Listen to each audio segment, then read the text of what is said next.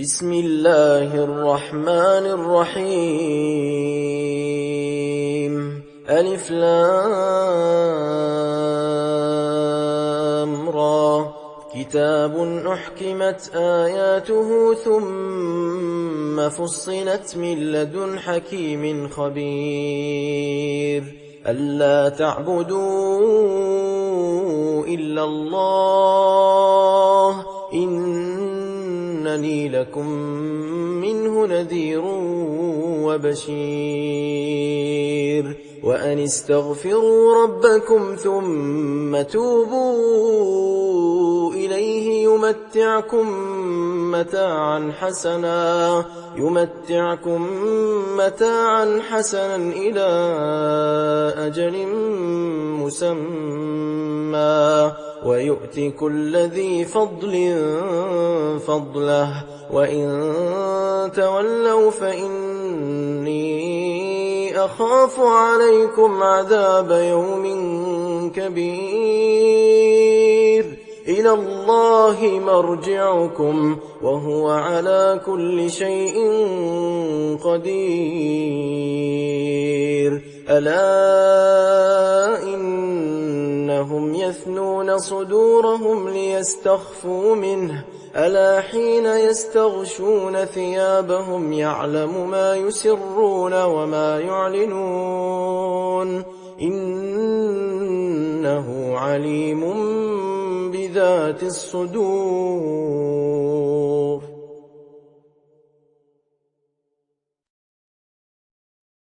وما من دابة في الأرض إلا على الله رزقها ويعلم مستقرها ومستودعها كل في كتاب مبين. وهو الذي خلق السماوات والأرض في 6 أيام وكان عرشه على الماء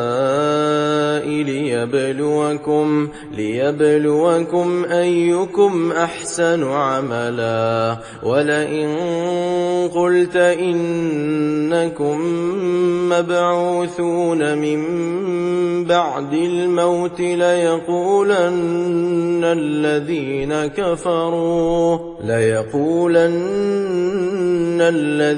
كفروا إن هذا إلا سحر مبين. ولئن أخرنا عنهم العذاب إلى أمة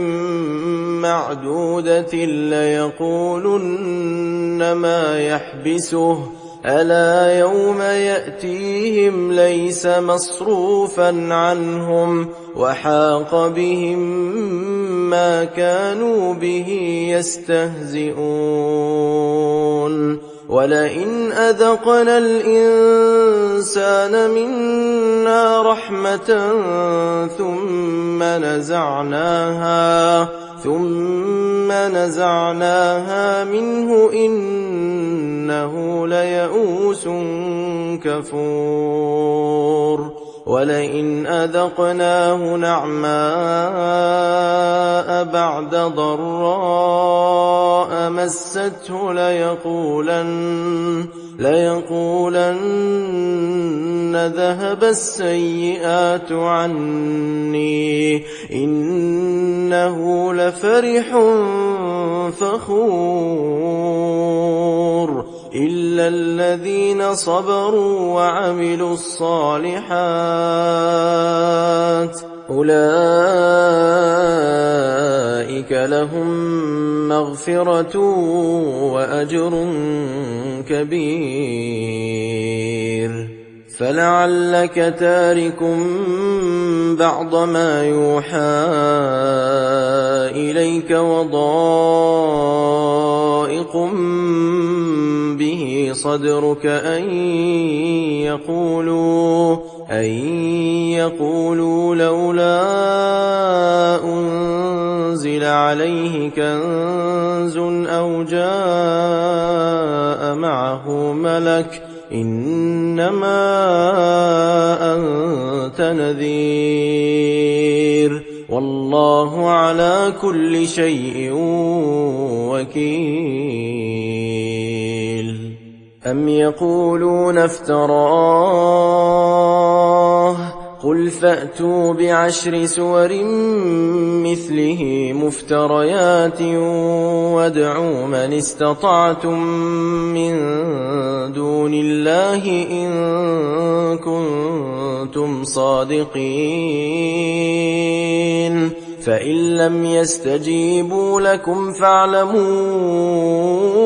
أنما أنزل بعلم الله وأن لا إله إلا هو فهل أنتم مسلمون من كان يريد الحياة الدنيا وزينتها نوفي إليهم أعمالهم فيها وهم فيها لا يبخسون أولئك الذين ليس لهم في الآخرة إلا النار وحبط ما صنعوا فيها وباطل ما كانوا يعملون أفمن كان على بينة من ربه ويتلوه شاهد منه ومن قبله كتاب موسى إماما ورحمة أولئك يؤمنون به ومن يكفر به من الأحزاب فالنار موعده فلا تك في مرية منه إنه الحق من ربك ولكن أكثر الناس لا يؤمنون ومن أظلم ممن افترى على الله كذبا أولئك يعرضون على ربهم ويقول الأشهاد هؤلاء الذين كذبوا على ربهم ألا لعنة الله على الظالمين الذين يصدون عن سبيل الله ويبغونها عوجا وهم بالآخرة هم كافرون أولئك لم يكونوا معجزين في الأرض وما كان لهم من دون الله من أولياء يضاعف لهم العذاب ما كانوا يستطيعون السمع وما كانوا يبصرون أولئك الذين خسروا أنفسهم وضل عنهم ما كانوا يفترون لا جرم أنهم في الآخرة هم الأخسرون إن الذين آمنوا وعملوا الصالحات وأخبتوا إلى ربهم أولئك أصحاب الجنة هم فيها خالدون مثل الفريقين كالأعمى والأصم والبصير والسميع هل يستويان مثلا أفلا تذكرون ولقد أرسلنا نوحا إلى قومه إني لكم نذير مبين ألا تعبدوا إلا الله إني أخاف عليكم عذاب يوم أليم. فقال الملأ الذين كفروا من قومه ما نراك إلا بشرا مثلنا وما نراك اتبعك إلا الذين هم أراذلنا بادي الرأي وما نرى لكم علينا من فضل بل نظنكم كاذبين. قال يا قوم أرأيتم إن كنت على بينة من ربي وآتاني رحمة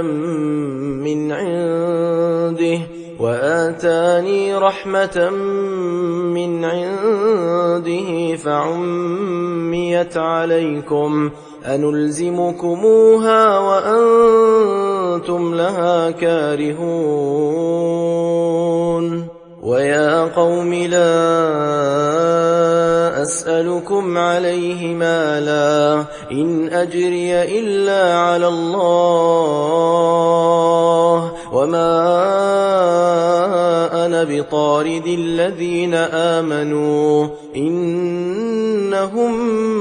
ملاقو ربهم ولكني أراكم قوما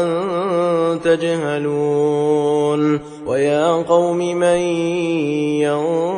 ينصرني من الله إن طردتهم أفلا تذكرون.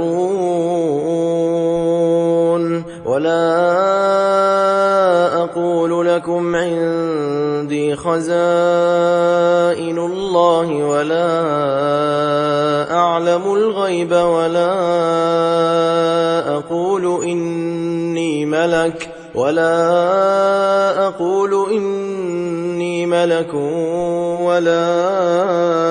أقول للذين تزدري أعينكم لن يؤتيهم الله خيرا الله أعلم بما في أنفسهم إني إذا لمن الظالمين. قالوا يا نوح قد جادلتنا فأكثرت جدالنا فأتنا بما تعدنا إن كنت من الصادقين. قال إنما يأتيكم به الله إن شاء وما أنتم بمعجزين ولا ينفعكم نصحي إن أردت أن أنصح لكم إن كان الله يريد أن يغويكم هو ربكم وإليه ترجعون. أم يقولون افتراه قل إن افتريته فعلي إجرامي وأنا بريء مما تجرمون. وأوحي إلى نوح أنه لن يؤمن من قومك إلا من قد آمن فلا تبتئس بما كانوا يفعلون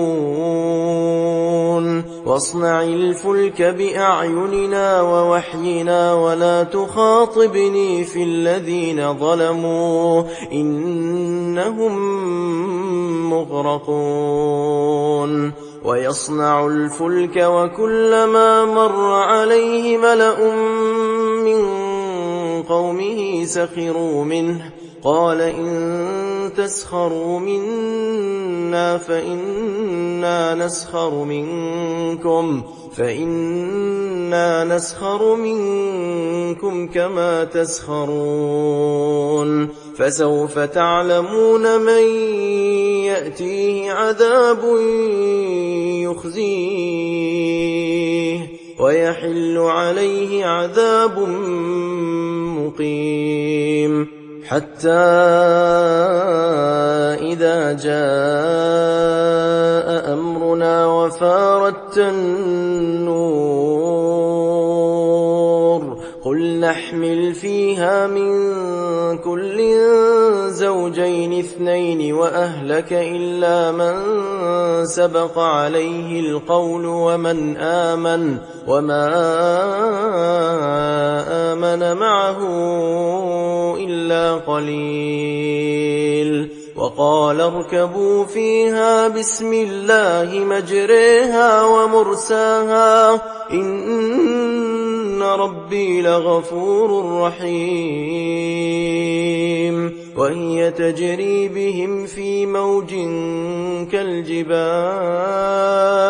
ونادى نوح ابنه وكان في معزل يا بني اركب معنا ولا تكن مع الكافرين قال سآوي إلى جبل يعصمني من الماء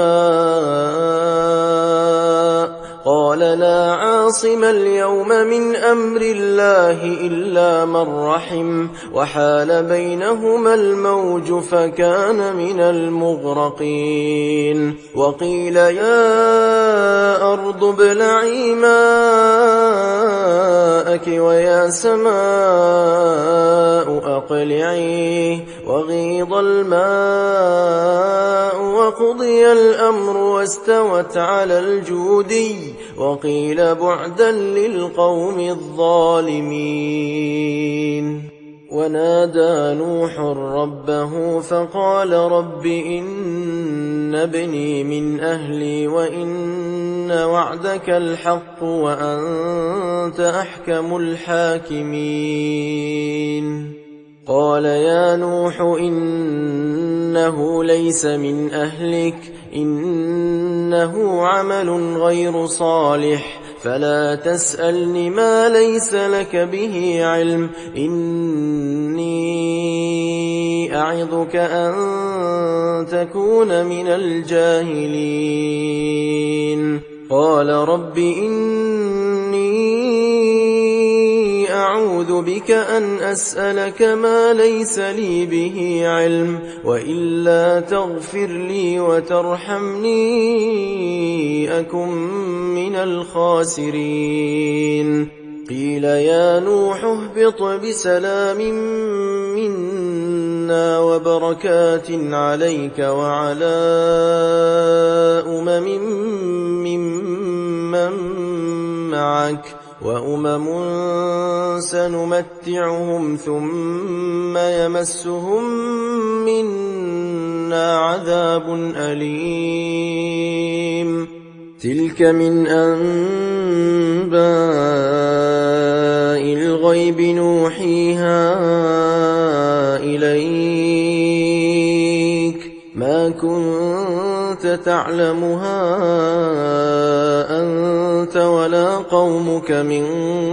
قبل هذا فاصبر إن العاقبة للمتقين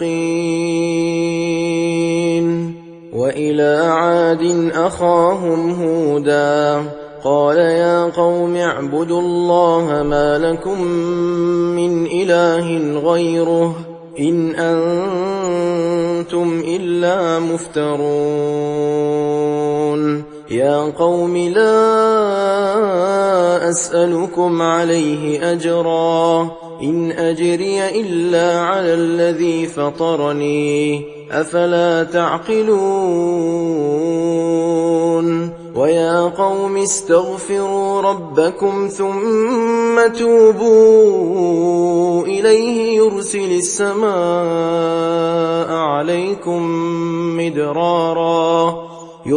السماء عليكم مدرارا ويزدكم قوة إلى قوتكم ولا تتولوا مجرمين قالوا يا هود ما جئتنا ببينة وما نحن بتاركي آلهتنا عن قولك وما نحن لك بمؤمنين إن نقول إلا اعتراك بعض آلهتنا بسوء قال إني أشهد الله واشهدوا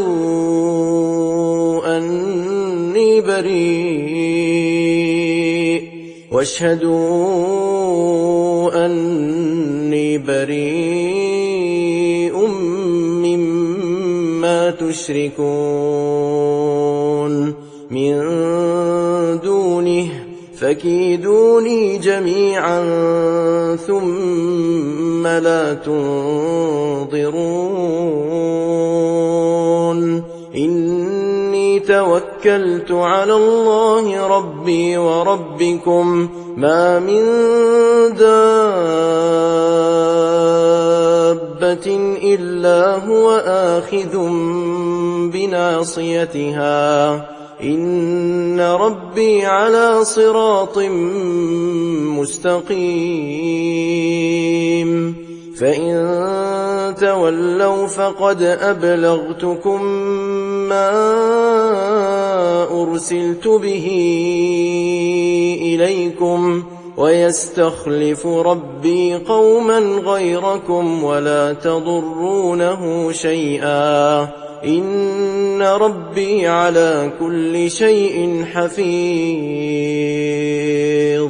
ولما جاء أمرنا نجينا هودا والذين آمنوا معه برحمة منا ونجيناهم من عذاب غليظ وتلك عاد جحدوا بآيات ربهم وعصوا رسله واتبعوا أمر كل جبار عنيد وأتبعوا في هذه الدنيا لعنة ويوم القيامة ألا إن عادا كفروا ربهم ألا بعدا لعاد قوم هود وإلى ثمود أخاهم صالحا قال يا قوم اعبدوا الله ما لكم من إله غيره هو أنشأكم من الأرض واستعمركم فيها فاستغفروه ثم توبوا إليه إن ربي قريب مجيب قالوا يا صالح قد كنت فينا مرجوا قبل هذا أتنهانا أن نعبد ما يعبد آباؤنا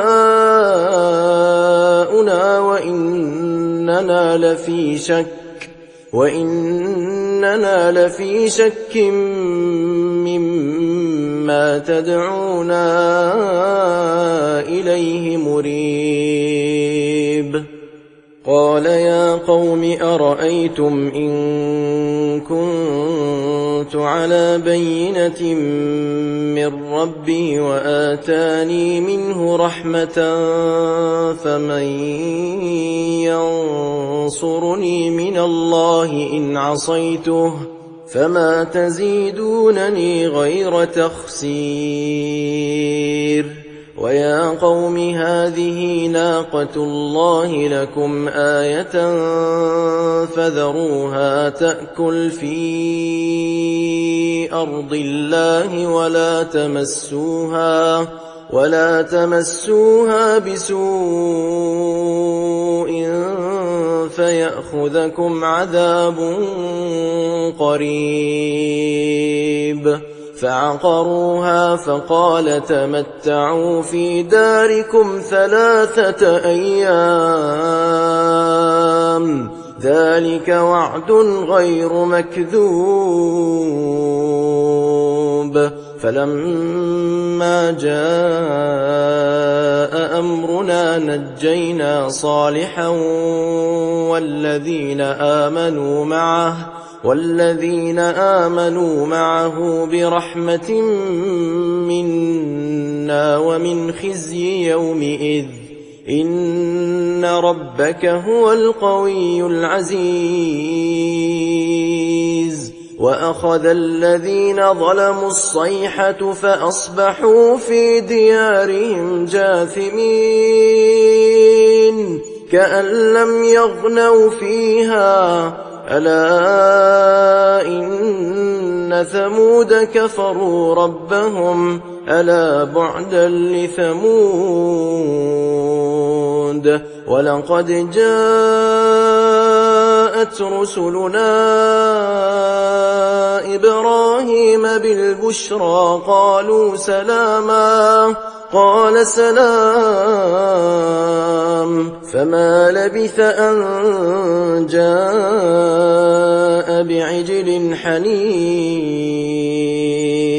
فلما رأى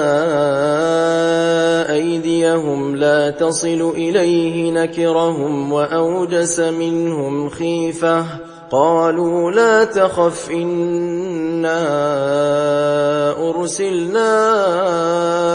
إلى قوم لوط وامرأته قائمة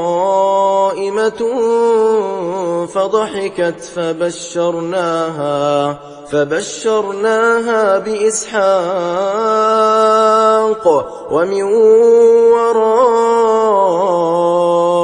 إسحاق يعقوب قالت يا ويلتى أألد وأنا عجوز وهذا بعلي شيخا إن هذا لشيء عجيب قالوا أتعجبين من أمر الله رحمة الله وبركاته عليكم أهل البيت إنه حميد مجيد فلما ذهب عن إبراهيم الروع وجاءته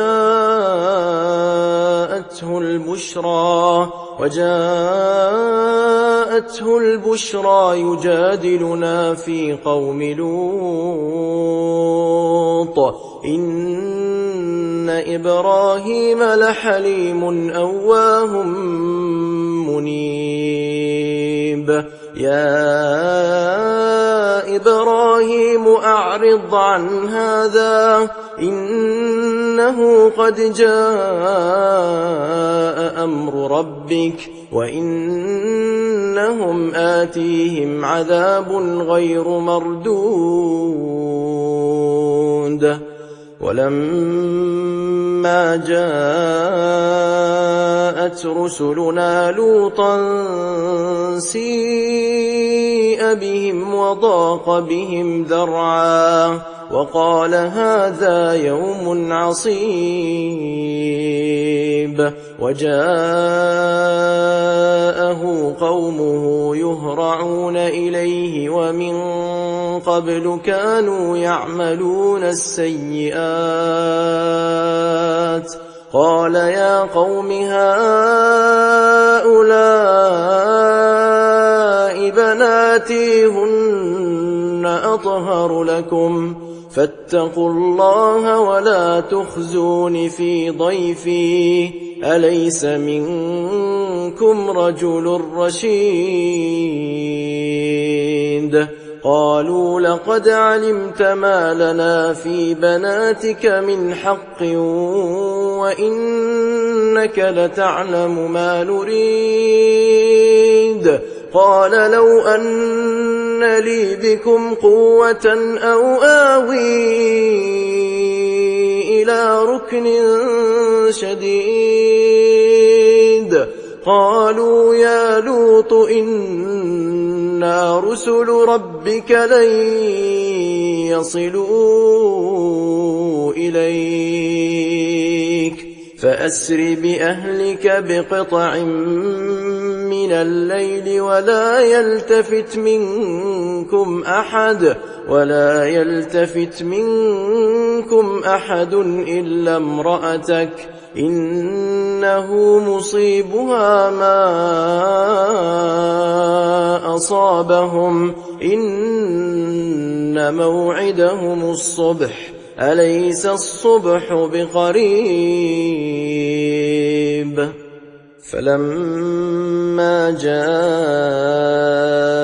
أمرنا جعلنا عاليها سافلها وأمطرنا عليها حجارة من سجيل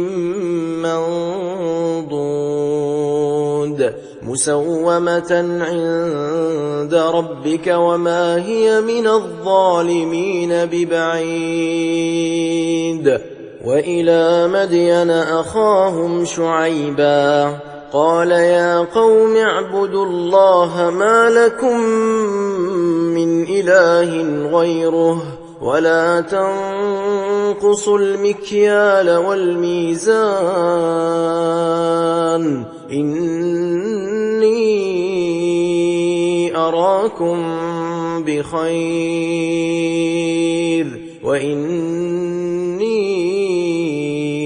أخاف عليكم عذاب يوم محيط ويا قوم أوفوا المكيال والميزان بالقسط ولا تبخسوا الناس أشياءهم ولا تعثوا في الأرض مفسدين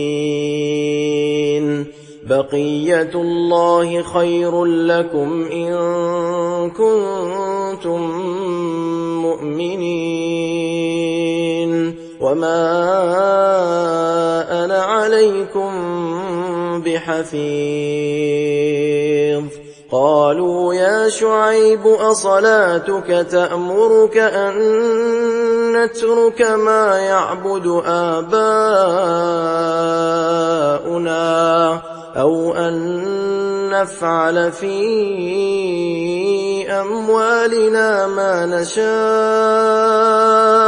إنك لأنت الحليم الرشيد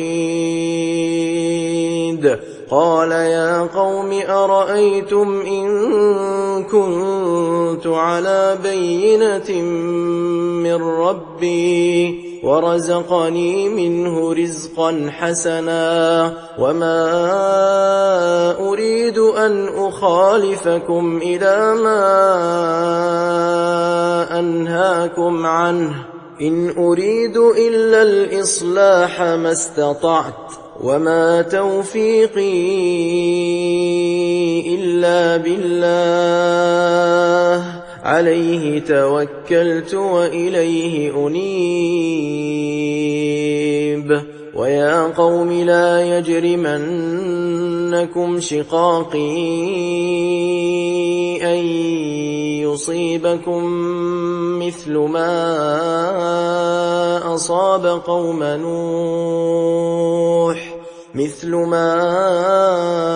أصاب قوم نوح أو قوم هود أو قوم صالح وما قوم لوط منكم ببعيد واستغفروا ربكم ثم توبوا إليه إن ربي رحيم ودود قالوا يا شعيب ما نفقه كثيرا مما تقول وإنا لنراك فينا ضعيفا ولولا رهطك لرجمناك وما أنت علينا بعزيز قال يا قوم أرهطي أعز عليكم من الله واتخذتموه وراءكم ظهريا إن إن ربي بما تعملون محيط ويا قوم اعملوا على مكانتكم إني عامل سوف تعلمون من يأتيه عذاب يخزيه ومن هو كاذب وارتقبوا إني معكم رقيب ولما جاء أمرنا نجينا شعيبا والذين آمنوا معه برحمة منا وأخذت الذين ظلموا الصيحة فأصبحوا في ديارهم جاثمين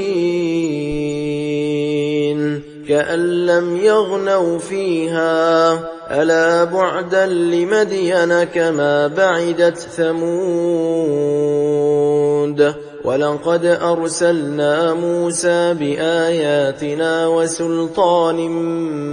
مبين إلى فرعون وملئه فاتبعوا أمر فرعون وما أمر فرعون برشيد يقدم قومه يوم القيامة فأوردهم النار وبئس الورد المورود وأتبعوا في هذه لعنة ويوم القيامة بئس الرفد المرفود ذلك من أنباء القرى نقصه عليك منها قائم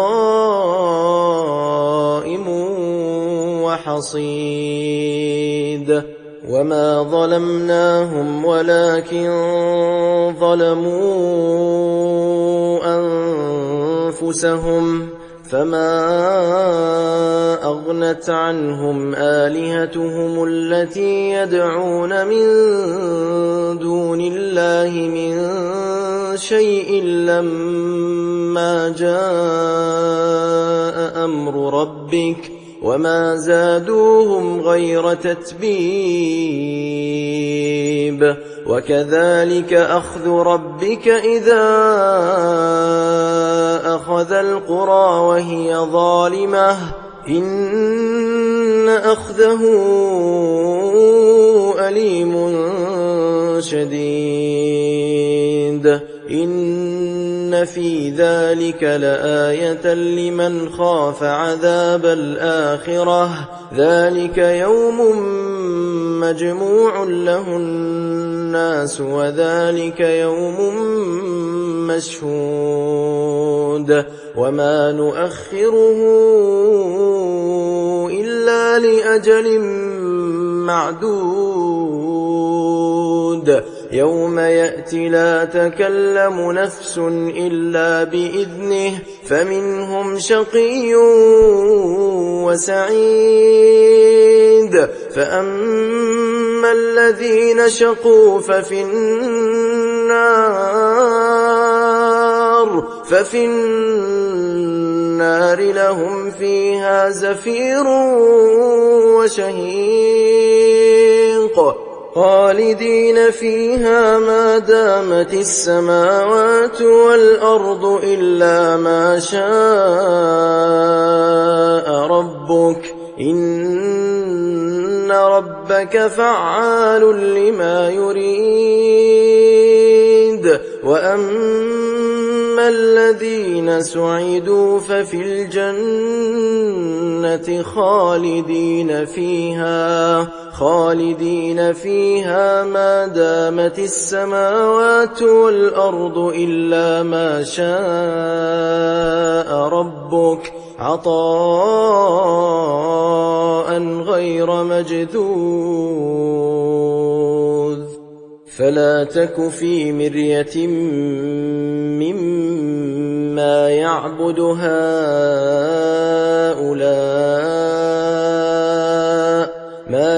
يعبدون إلا كما يعبد آباؤهم من قبل وإنا لموفوهم نصيبهم غير منقوص ولقد آتينا موسى الكتاب فاختلف فيه ولولا كلمة سبقت من ربك لقضي بينهم وإنهم لفي شك منه مريب وإن